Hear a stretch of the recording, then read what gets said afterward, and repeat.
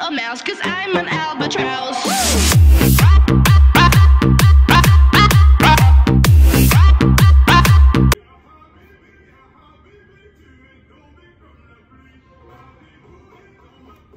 Bonjour à tous et bienvenue à cette chronique. Et oui, c'était la Habibi Cup d'Égypte qu'on a pu assister ce week-end, cette finale de Champions League africaine entre l'Ahli et Zamalek.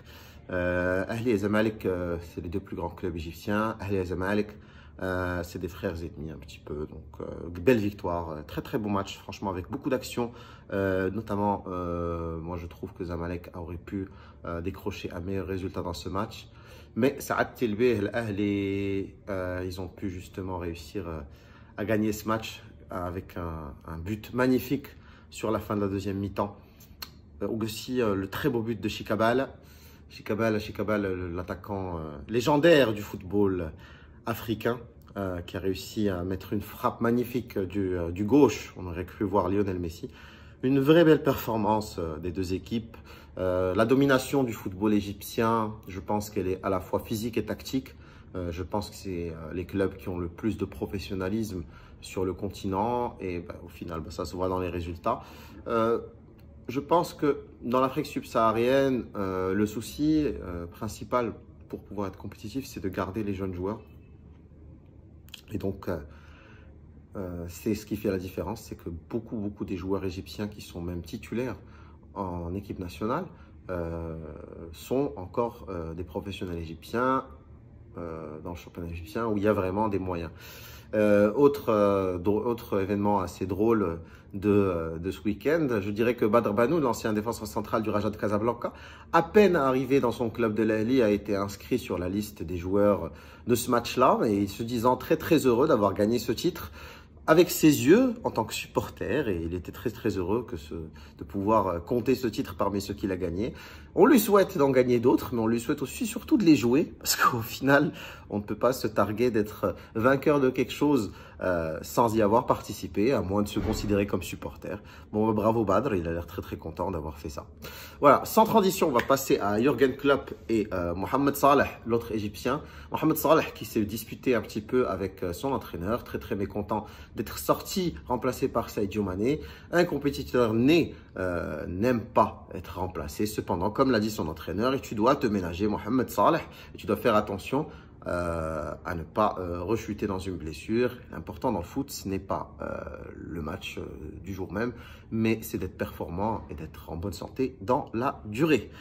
Autre actualité de ce week-end intéressante, c'est la contre-performance du Paris Saint-Germain de Thomas Tuchel, qui n'a pas réussi justement à battre Bordeaux. Un Thomas Tuchel que l'on a trouvé particulièrement agacé. Alors Thomas, qu'est-ce que vous pensez de la performance de votre équipe? Bordeaux, c'est un match très difficile. Et vous, les journalistes, vous avez toujours les mêmes questions pour énerver Thomas Tuchel. Thomas Tuchel, il a peur des joueurs de Paris Saint-Germain. Il n'a pas courage de leur dire que vous êtes nuls. Donc, si vous, aux journalistes, s'il vous plaît, allez dans le vestiaire, parle avec Paredes, parle avec Di Maria, parle avec Neymar, dis-leur que je ne suis pas content. Mais parce que moi, quand je rentre dans le vestiaire et je vois le physique de Kipembe, je ne peux pas regarder autre que par terre. Parce que moi, je suis frêle comme un sprite belge, même si je suis allemand. Merci beaucoup, Thomas Tuchel. On va maintenant demander à Neymar son opinion sur ce match. Oh oui, Bordeaux, Bordeaux c'est bon, j'aime bien Bordeaux, Chablis, t'étais bon. Nous au Brésil, on avait au Rome, mais ici à France, j'adore boire le vin. Donc, venez Bordeaux, prendre des bouteilles avec moi pour Paris. Nous, on attend le festival de Rio de Janeiro. Je vais amener des bouteilles qu'on m'a donné cadeau. Ah, le match à Bordeaux fait froid, il faisait trop froid et faut pas intéressant pour nous, Bordeaux. Moi, j'attends jouer à des grands matchs, au Bayern Munich, Barcelone. C'est pour ça que je suis là. Bordeaux, c'est pour que Sarabia et les autres, ils font un match parce que c'est pour eux. Moi, je suis pas là pour jouer les matchs contre Bordeaux. Moi, je suis là pour boire le Bordeaux. Merci Neymar pour cette intervention. On comprend bien quels sont les centres d'intérêt des joueurs du PSG. Maintenant, on va demander justement à Laurent Blanc de nous donner son opinion par rapport au football mondial. Laurent Blanc, qu'est-ce que vous avez pensé du foot? Oh, franchement, le football a pris beaucoup de retard. C'est devenu une industrie liée à l'argent. Moi, j'étais là pour entraîner avec le cœur, mais pour prendre 18 millions d'euros, je ne vais pas cracher dessus. C'est normal.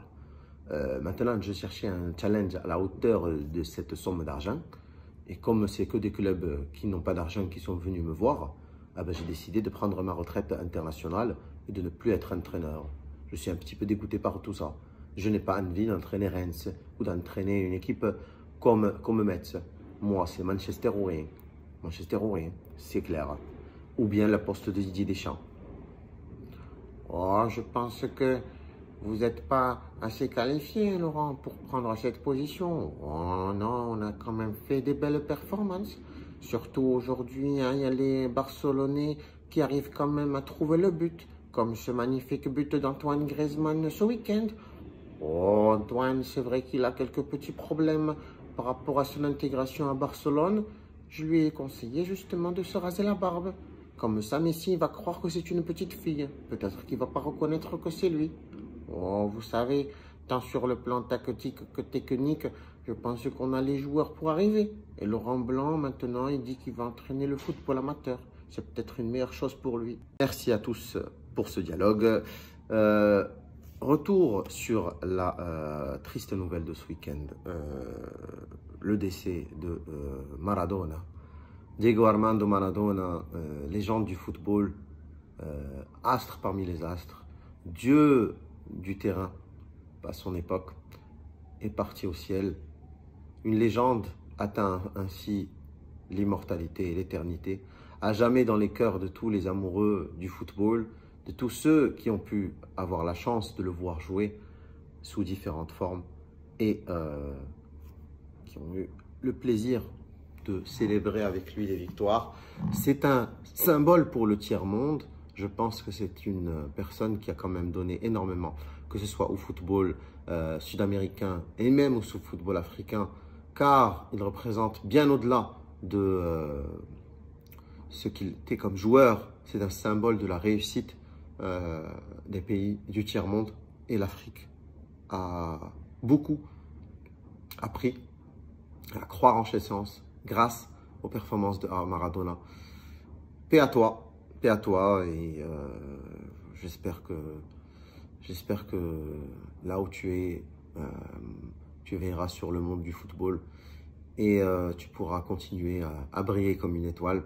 Autre étoile qui nous a quittés cette fois du football africain et sénégalais, c'est Papa Bouba Diop, le buteur de ce match incroyable entre le Sénégal et la France à la Coupe du Monde 2002. Une autre triste nouvelle dans cette semaine.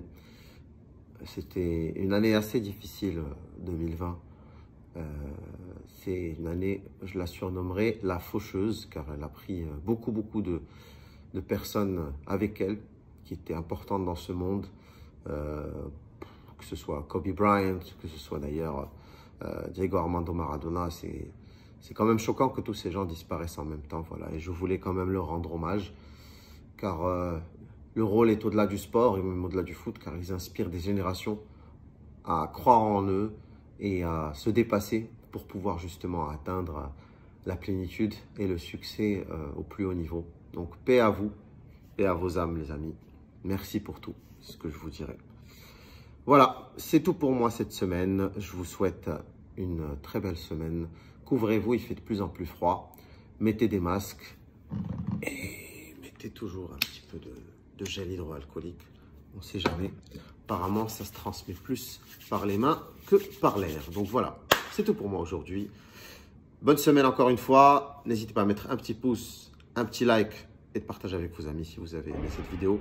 À très vite sur Sport News Africa. Allez, ciao! Little mouse, 'cause I'm an albatross.